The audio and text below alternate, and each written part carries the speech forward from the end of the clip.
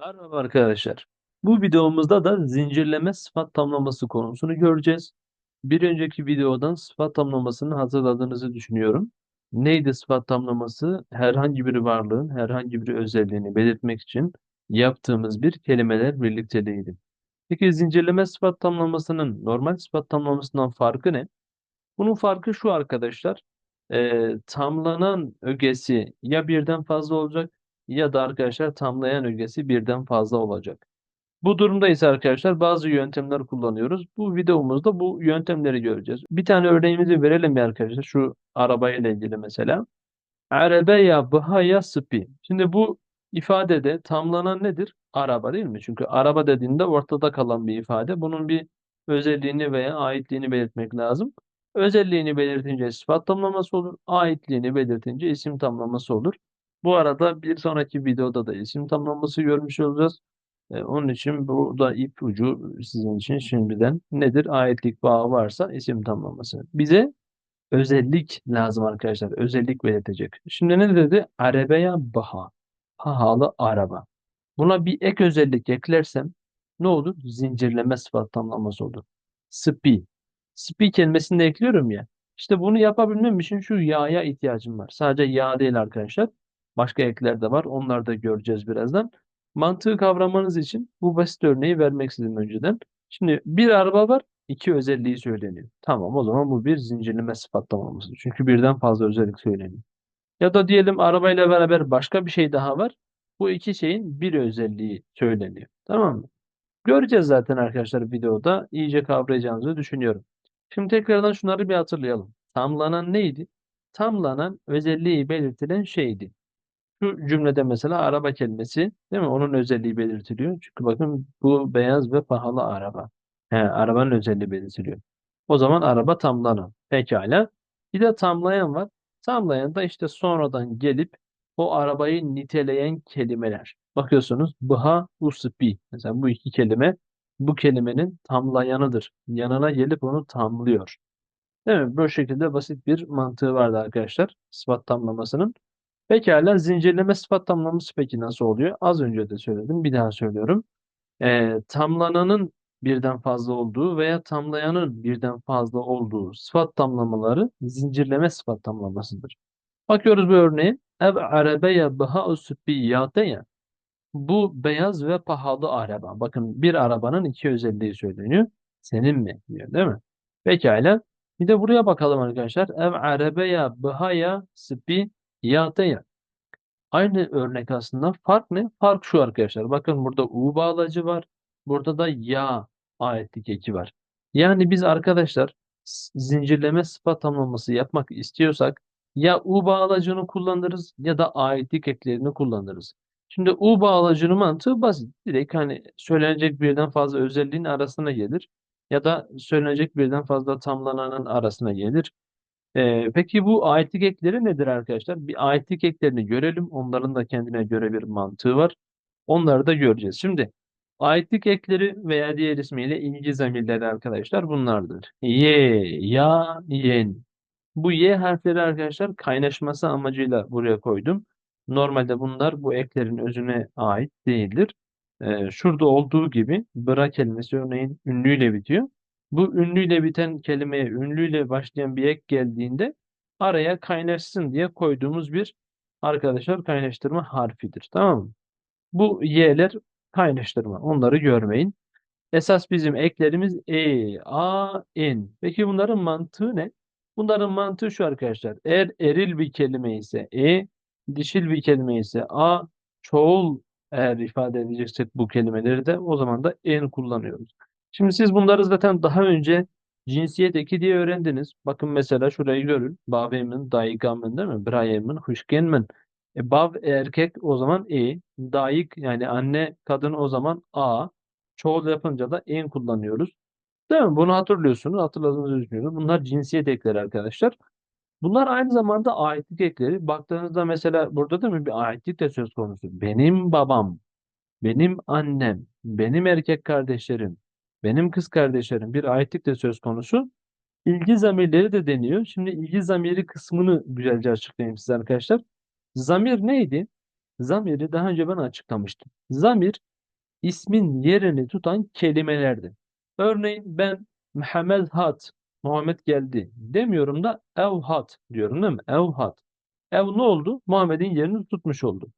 Ya da ez viya lazım. Ben onu istiyorum diyorum mesela değil mi?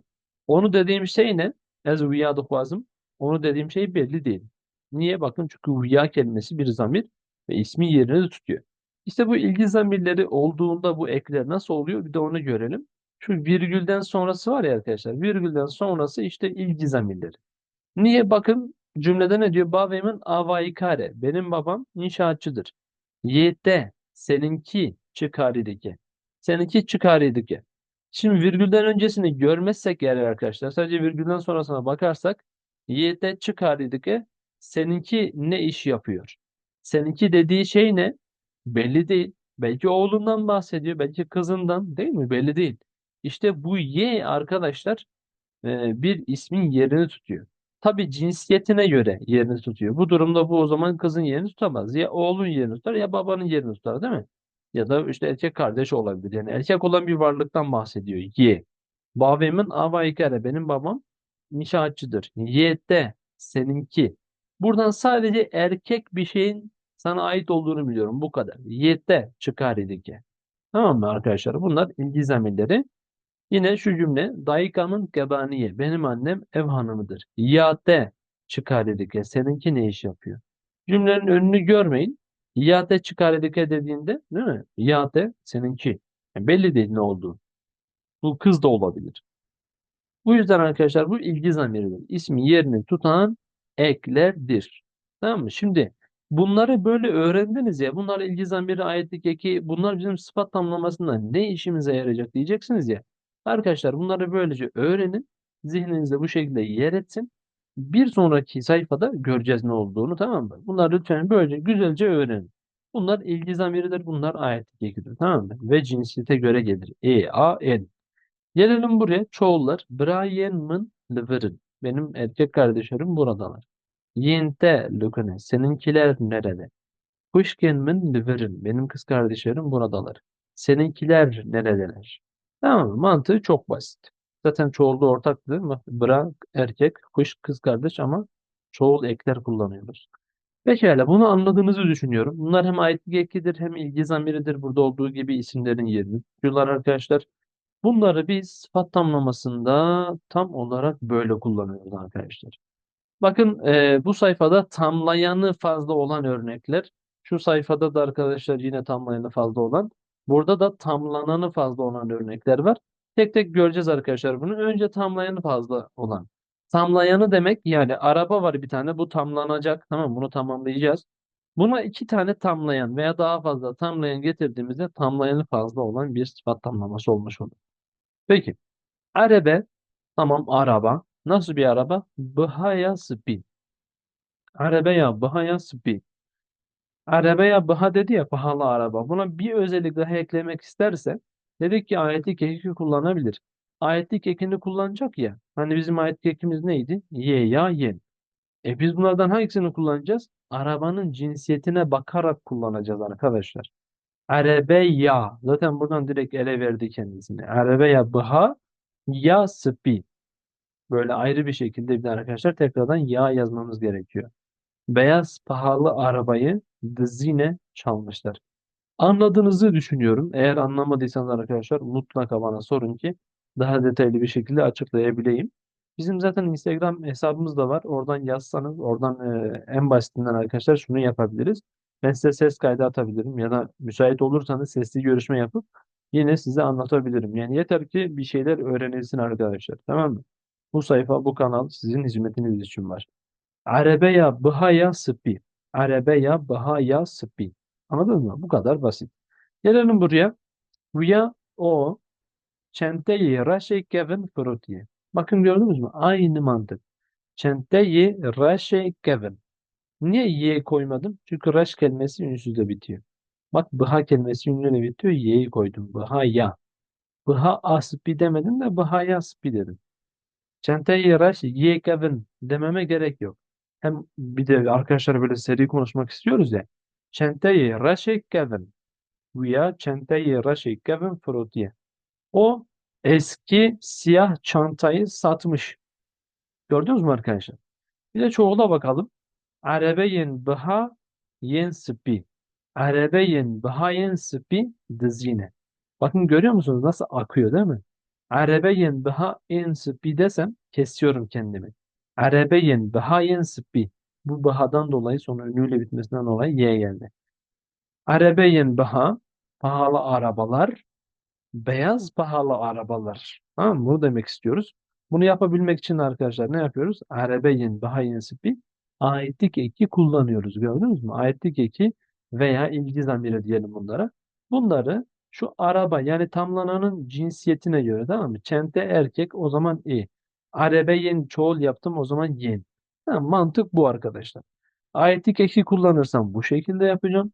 Bir de arkadaşlar ne yaparak yapabiliriz zincirleme sıfat tamlamasını? U bağlacını kullanarak değil mi? Bir sonraki sayfada U bağlacı var. Bakın hepsinde de U bağlacını sadece kullanarak yapabiliyorum.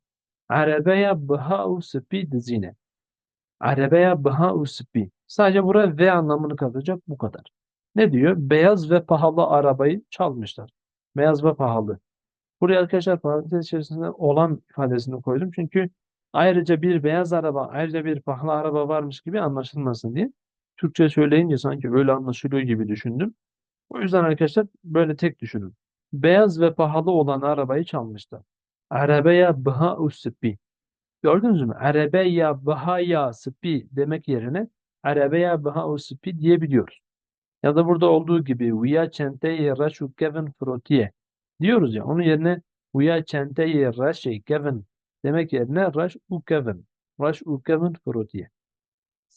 Eski siyah çantayı satmış.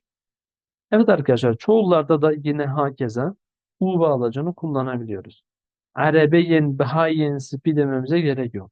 Arabeyen bahau spi dizine. Anladınız mı arkadaşlar? Ya u bağlacını kullanacağız. Tamam mı? Zincirleme sıfat tamlaması yapmak için. Ya da arkadaşlar aitlik eki kullanacağız. Burada olduğu gibi ya, ye, yen değil mi?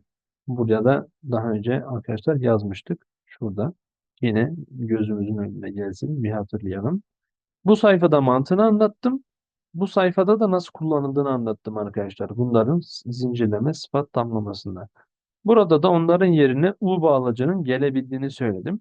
Pekala bunlar tabii hepsi tamlayanı fazla olan örneklerdi. Tamlayan yani arabayı tamlayan birden fazla kelimenin olduğu örnekler. Bir de arkadaşlar tamlanan fazla olan örneklere bakalım. Yani araba ve arabayla beraber bir şey daha var. O ikisinin ortak bir özelliği söyleniyor. Böyle örnekler de olabiliyor arkadaşlar günlük hayatta. Bakınız deri upaceyin darin. Darin ağaçtan, ahşap demek arkadaşlar. Ağaçtan ve ahşap anlamlarına geliyor. Deri upaceyin darin. Deri kapı demek. Pace pencere. Deri upaceyin darin. Arkadaşlar bakın sıfatta herhangi bir şey yok. Şurada da u bağlacını koyuyoruz yetiyor. Yani burada ayet-i eki kullanmamıza gerek yok. Nerede? Tamlananı fazla olan örneklerde. Bakın bunlarda tamlayan fazla yani sonradan gelen özellikler fazla. Burada ise arkadaşlar özelliği belirtilen varlıklar fazla. Bir özellik birden fazla varlık. Deri upaceyen darin. Ahşap kapı ve pencereler şahut yine yanmış. Gördünüz mü arkadaşlar? Birden fazla tamlanan bir tane özellik. Yani bir tane tamlayan. Re'u kolanin tenghene. Teng dar demek. Re yol, kolan sokak, cadde. Dar yol ve sokaklar vardır. Dar yol ve sokaklar vardır arkadaşlar. Bakın Re'u kolan iki tane tamlanan bir tane tamlayan. Yani illa tamlayan iki tane olacak diye bir şey yok yani. İlla burada mesela Rush with Gavin dedik ya iki tane özellik söylememize gerek yok. İki varlığın bir özelliğini söylediğimizde de arkadaşlar ne oluyor? Zincirleme sıfat tamlaması oluyor.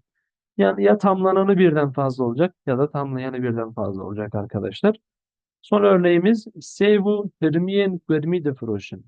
Sev elma, hırmi armut. Gırmi dediğimizde arkadaşlar kurtlanmış demek. Kurtlanmış elma ve armutlar The Frozen satıyorlar. Kurtlanmış elma ve armutlar satıyorlar. Yine çoğul bir kelimeye baktığınızda arkadaşlar. Aslında burada da yine çoğul. Şurada da çoğul. Yani değişen bir şey yok baktığınızda. Hepsi çoğul. Niye? Çünkü bakın iki şey olduğundan dolayı çoğul eki geliyor buraya. Deriu paceyin darin. Reu kolanin denk. Sevu vermeyen görmeyin. Bu bağlacı bize yetiyor arkadaşlar. Umarım anlaşılmıştır. Umarım arkadaşlar fayda alıyorsunuzdur bu videodan. Sıfat tamlaması bildiğiniz bir şey bir önceki videodan. Zincirlemede de ya tamlananı fazla olacak ya da tamlayanı fazla olacak arkadaşlar. Zincirleme sıfat tamlamasının mantığı da basitçe böyle. Umarım faydalı olmuştur. Eğer beğendiyseniz, hoşunuza gitmişse lütfen like atmayı, paylaşmayı unutmayın ki insanlar da faydalanabilsin. Kanala da aboneyseniz bildirimlerinizi açın ki yeni paylaşılan videolardan haberiniz olsun arkadaşlar. Teşekkür ediyorum. Spaslar.